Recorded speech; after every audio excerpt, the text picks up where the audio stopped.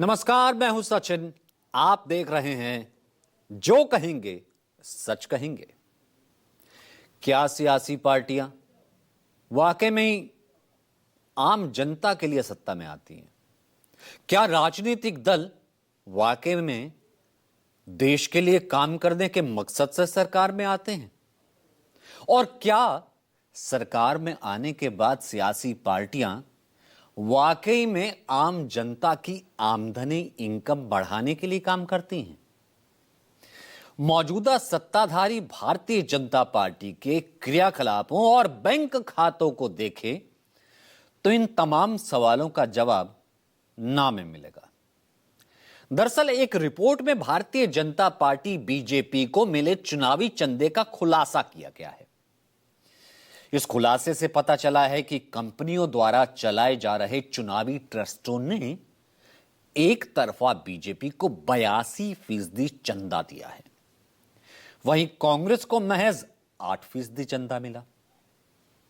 तो ऐसे में आज का सच सवाल यह कि धन कुबेरों के साथ बीजेपी ऐसा क्या करती है कि सारी कंपनियां सिर्फ उसे ही चंदा देती हैं? क्या जिसकी सरकार उसी को मिलेगा चंदा भरमार? ऐसे में कैसे होगा विपक्ष का चुनाव प्रचार? और चंदा लेने का यह एक तरफा तरीका क्या चुनाव में लेवल प्लेइंग फील्ड को प्रभावित नहीं करता? दूसरी स्टोरी का उसके बाद रुख करेंगे। दूसरी स्टोरी भी लगभग इसी मुद्दे से जुड़ी है। मोदी सरकार के कैबिनेट मंत्री और हम पार्टी के संरक्षक जीतन राम मांझी ने अपने मंत्री बेटे को क्यों दिया 10% कमीशन लेने की सलाह? क्या देश में कमीशन देकर होता है सांसद निधि से काम? और सवाल यह भी, कमीशन कल्चर कैसे देश की पूरी व्यवस्था पर अपना कब्जा जमाए हुए है? तो आज इसी पर जो कहेंगे सच कहेंगे।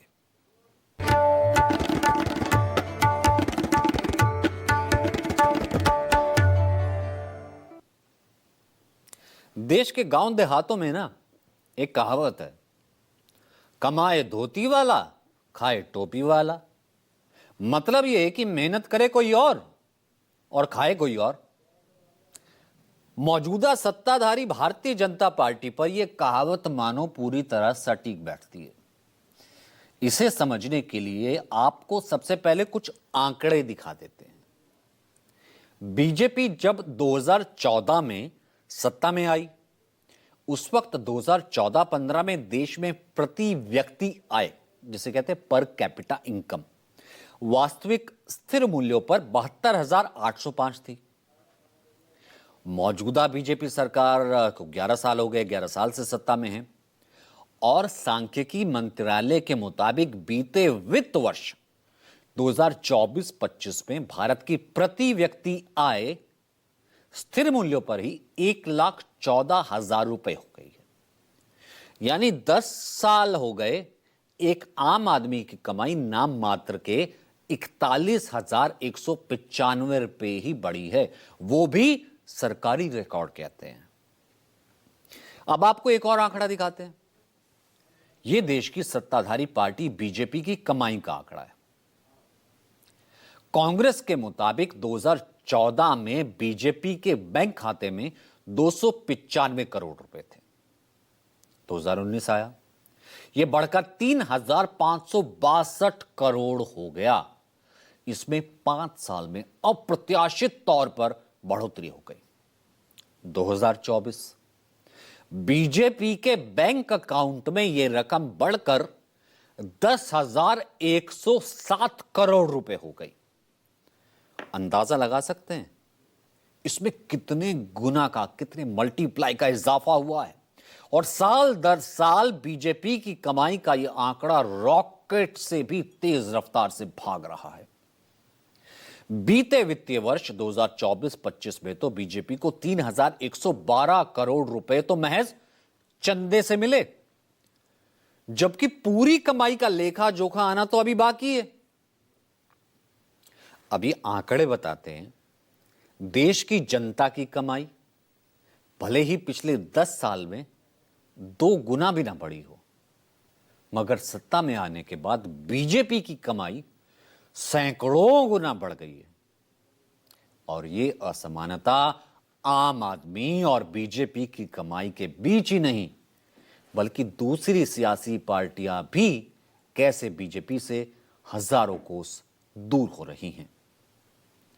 चुनाव आयोग को सौंपे गए चुनावी ट्रस्टों के चंदों के विवरण के मुताबिक, डिटेल्स के मुताबिक 82% चंदा बीजेपी को मिला, जबकि कांग्रेस को महज 8% और बाकी का 10% चंदा दूसरे कई दलों को मिला। और चुनावी चंदे की यही असमानता पार्टियों के बीच न सिर्फ गहरी खाई इसने बना दी, बल्कि सियासी ताकत का आधार भी बन गई। अब जाहिर है इस पर राजनीति तो होगी ही ना।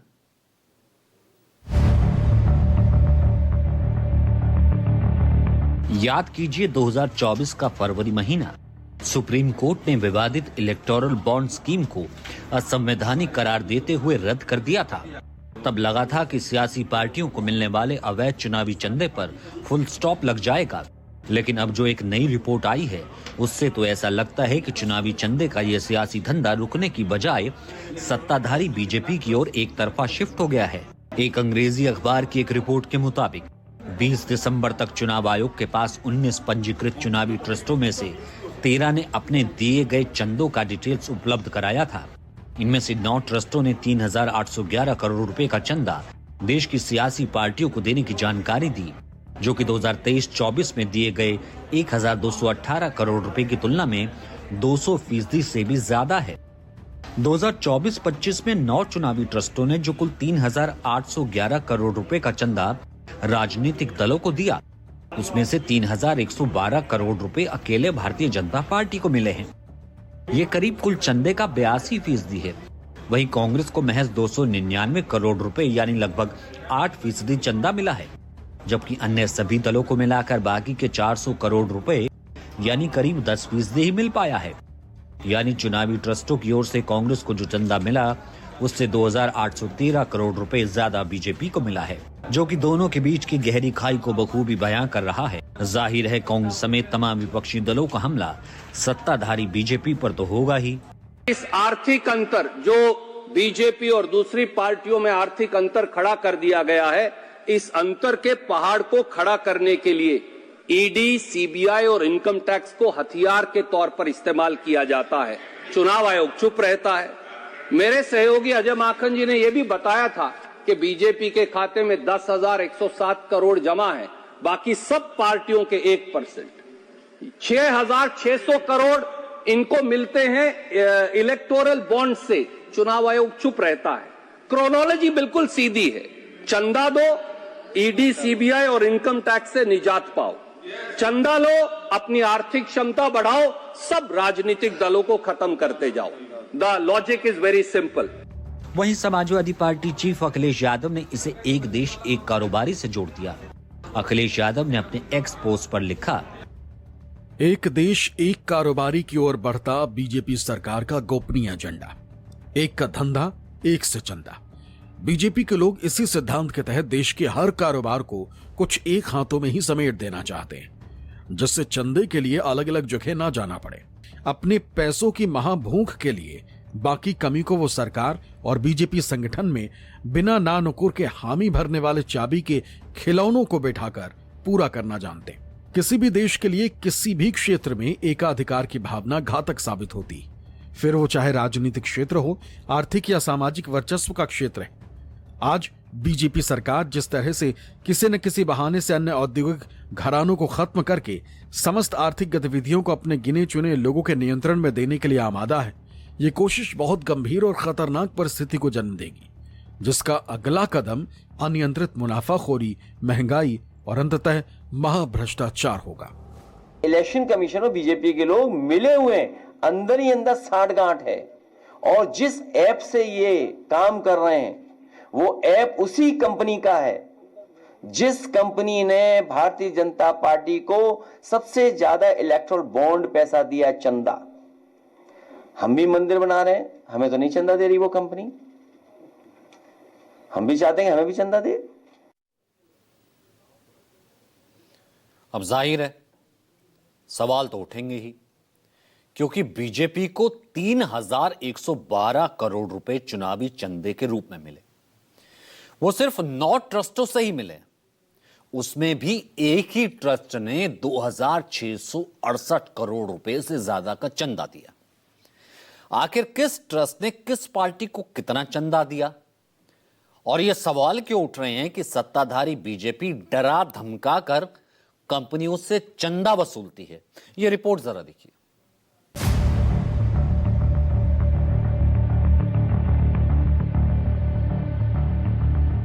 सियासी दलों को सबसे ज्यादा चंदा देने वाले चुनावी ट्रस्ट में सबसे पहला नाम प्रूडेंट इलेक्टोरल ट्रस्ट का है।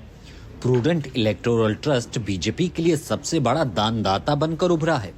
इस ट्रस्ट ने 2024-25 में कुल 2,668.46 करोड़ रुपए का चंदा सियासी दलों को दिया, जिसमें से सबसे ज्यादा या फिर यूं कह लीजिए कि एक तरफा बीजेपी को दिया।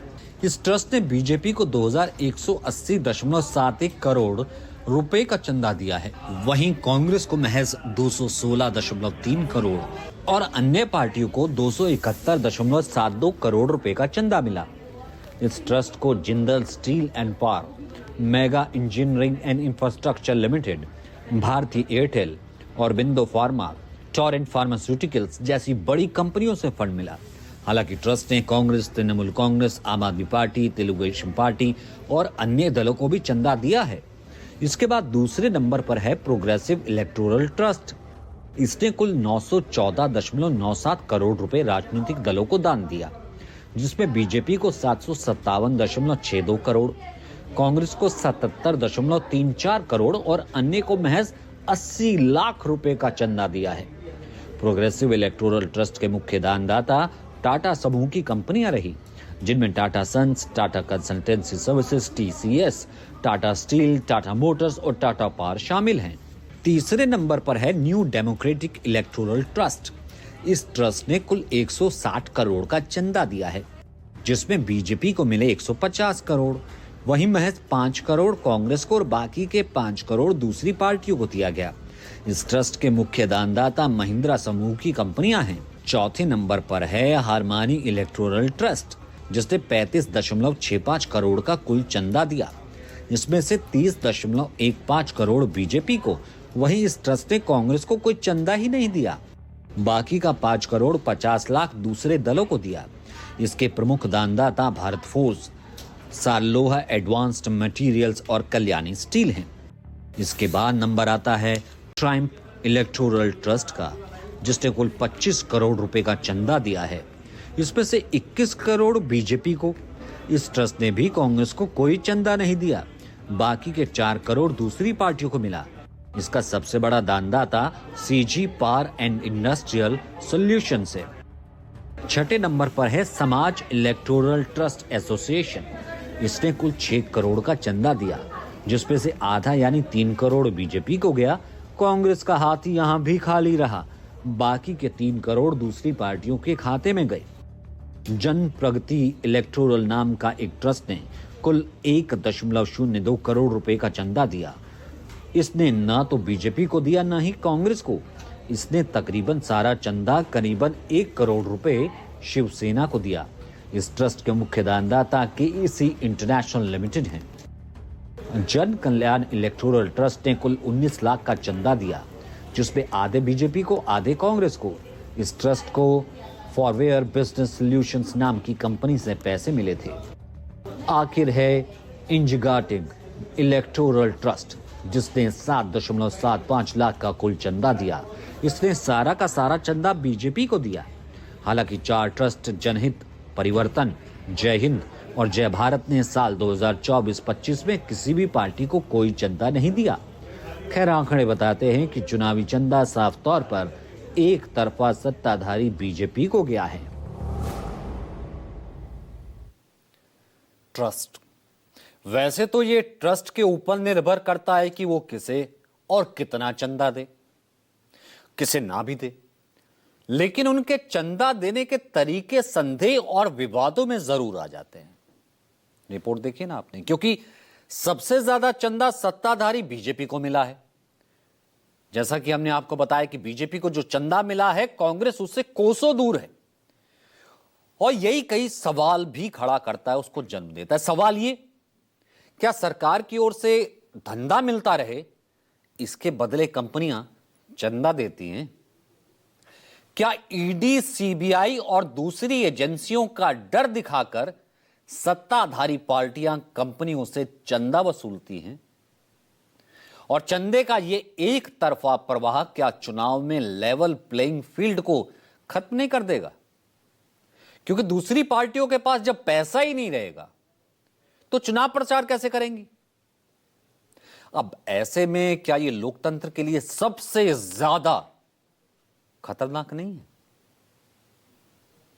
आगे बढ़ते हैं, अब रुक करते हैं दूसरी बड़ी स्टोरी का। ये आपने देखी सियासी दलों को मिलने वाले चुनावी चंदे की सियासत का सच विश्लेषण। दूसरे सेगमेंट में अब हम बात करेंगे एक और सियासी बंदरबाट के सच की। इस बंदरबाट वाले सच का खुलासा किया है और किसी ने नहीं, खुद केंद्रीय मंत्री जीतन राम मांझी ने। वही जीतन राम मांझी जो पिछले कुछ दिनों से अपने बयानों के कारण चर्चा में बने हुए हैं। जुगाड़ से चुनाव जीतने वाले खुलासे के बाद अब उन्होंने एक और ताजा खुलासा किया है, बयान दिया है। उनका कहना है कि हर सांसद और विधायक कट मनी यानी कमीशन लेता है। हर सांसद। एक कार्यक्रम में उन्होंने अपने बेटे और हिंदुस्तानी आवाम मोर्चा के राष्ट्रीय अध्यक्ष संतोष सुमन को सांसद निधि से 10% कमीशन लेने की सलाह दे दी। मांझी ने अपने बेटे को सलाह दी कि पार्टी को मजबूत करना है ना, इसलिए इन पैसों का इस्तेमाल करें।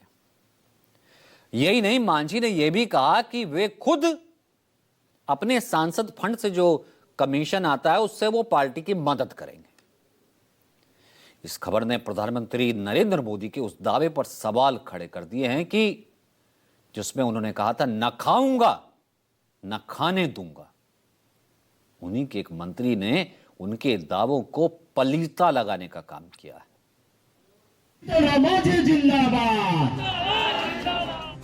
सौम्य और शालीन से दिखने वाले जीतन राम मांझी इन दिनों इनकलाबी बयान दे रहे हैं और इन बयानों में ऐसे ऐसे सच सामने ला रहे हैं जिसके बारे में आम आदमी सोच भी नहीं सकता। रविवार को एक बार फिर उन्होंने ऐसा बयान दिया जिसने देश में नई बहस छेड़ दी। बिहार के गयाजी में कार्यक्रम में बोलते हुए जीतन राम मांझी ने दावा किया कि हर सांसद और विधायक अपने फंड से 10% कमीशन लेता है। मांझी ने भरे मन से अपने बेटे संतोष सुमन को कमीशन न लेने के लिए न सिर्फ फटकार लगाई बल्कि ये भी कहा कि वो अपने सांसद फंड के कमीशन से पार्टी को चलाने में मदद करेंगे। हर एमपी एमएलए कमीशन लेगी। हम पर साल वाला कहली कि 5 करोड़ मिला हो ना भाई, अगर 10 पैसा मिले है तो 40 पैसा ने 40 लाख हो जीतो। सब पार्टी के हम दे दिली कि ले कर में गाड़ी खरीद को खर फलना कर, ये न करे खातिर कर दोष है। और यहू साल अगर चाहवा तो हमरा पैसा का जरूरत नहीं है, हम वो इनो साल देवो तो 40-80 लाख हो जी। तो 80 लाख कोई पार्टी को होती तो मामूली बात है जी। तहसीला तो कम से कम तहसील बाबा न 5-10% पर जाए तो 5% पर दावा, तो 5% पर लेकर के करा। मांझी जी संतोष सुमन से ये कह रहे हैं कि अगर 10% कमीशन नहीं ले पा रहे तो 5 ही ले लो। ये बयान किसी एरे गहरे या छुट भैये नेता से नहीं बल्कि केंद्रीय मंत्री के श्रीमुख से आया है। ऐसे में बयान की गंभीरता समझ सकते हैं। हम आपको इस खबर की पूरी ABCD समझाएंगे, लेकिन उससे पहले आपको मांझी के इस बयान के बारे में बताते हैं। दरअसल जीतन राम मांझी अपनी हम पार्टी हिंदुस्तानी आवाम मोर्चा के विधायकों के सम्मान समारोह में शामिल होने के लिए गयाजी पहुंचे थे। वहां मंच पर उनके बेटे और हम पार्टी के राष्ट्रीय अध्यक्ष संतोष कुमार सुमन भी मौजूद थे, लेकिन भीड़ न जुटने के कारण मांझी अपने बेटे से नाराज हो गए। उन्होंने संतोष सुमन से पूछा कि आखिर उन्होंने पैसों की कमी की बात पार्टी में किसी को क्यों नहीं बताई। आज 9 गो जीतन मांझी तो अकेले हले तो गांधी मैदान में जुटा ले हले तमानी आदमी के। गलती नारायण जी के हले कहता न नारायण जी 5 गो बस देती हल 2 लाख रुपया खर्चा होता भर जीते हल। तो करे के व्यक्ति और लोग यही करा है, और हमरे में दिया के ले जा है, दूसरे के थोड़े ले जा है। यही बहाने अपन जाके उन्होंने खिलैती है भी जरा चाहला भी देती है, 5,000 लगते हैं, 5 लाख